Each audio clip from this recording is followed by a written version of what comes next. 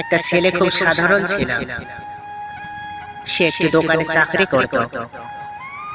ছেলেটির বেতন ছিল মাত্র ৫,০০০ টাকা। ছেলেটির দোকানের সামনে দিয়ে প্রতিদিন একটি মেয়ে স্কুলে যেত। মেয়েটি ছিল পর্দাশীল, যদিও তার মুখখানা প্রায় খোলা থাকত। একদিন হঠাৎ করে ছেলেটির নজর পড়ল মেয়েটির দিকে। এভাবে বেশ কয়েকদিন কেটে যাওয়ার পর মেয়েটি বুঝতে পারল ছেলেটি তাকে লক্ষ্য করে।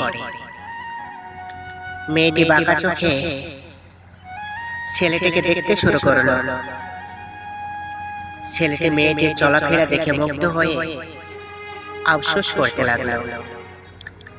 ইস, যদিও আমি আজ পড়াশোনা করতে পারতাম, তাহলে হয়তো সাহস করে মেয়েটির সঙ্গে কথা বলতে পারতাম।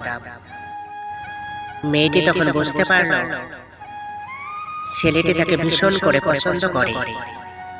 তাই একদিন মেয়েটি ছেলেটির দোকানের পাশে দাঁড়িয়ে রইল।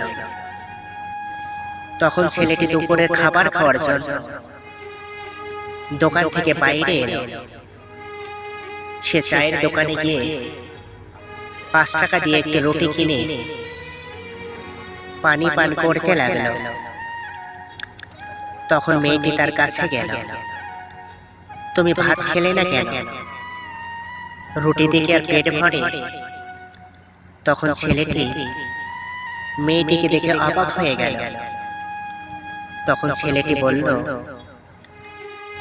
আমি ভাত খেলে আমার মা আর ছোট্ট বোনটিকে কি খাওয়াবো? মেয়েটি শিক্ষিত ছিল, তাই অল্পতে বুঝে গেল।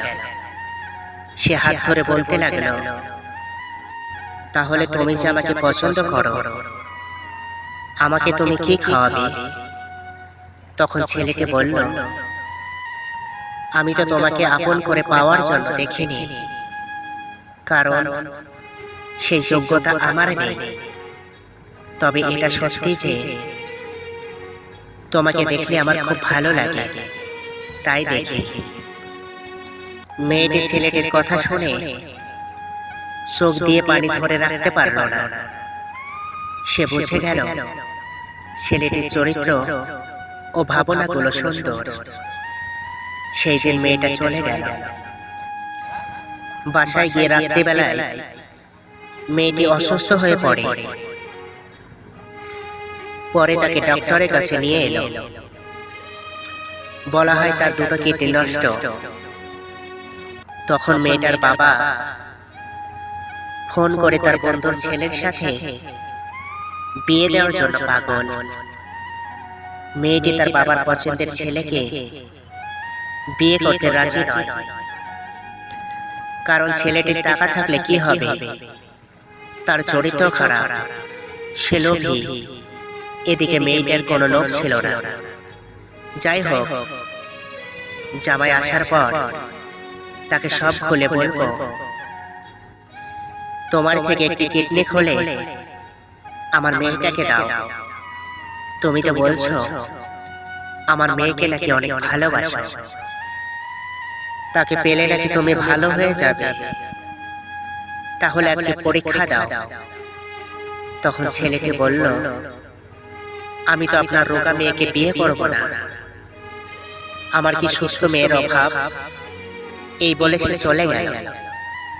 বাবা তখন কেঁদে কেঁদে মেয়ের কাছে সব খুলে বলল। মেয়েটি বলল, বাবা তুমি কেঁদো না, একটা পথ এখনো আছে।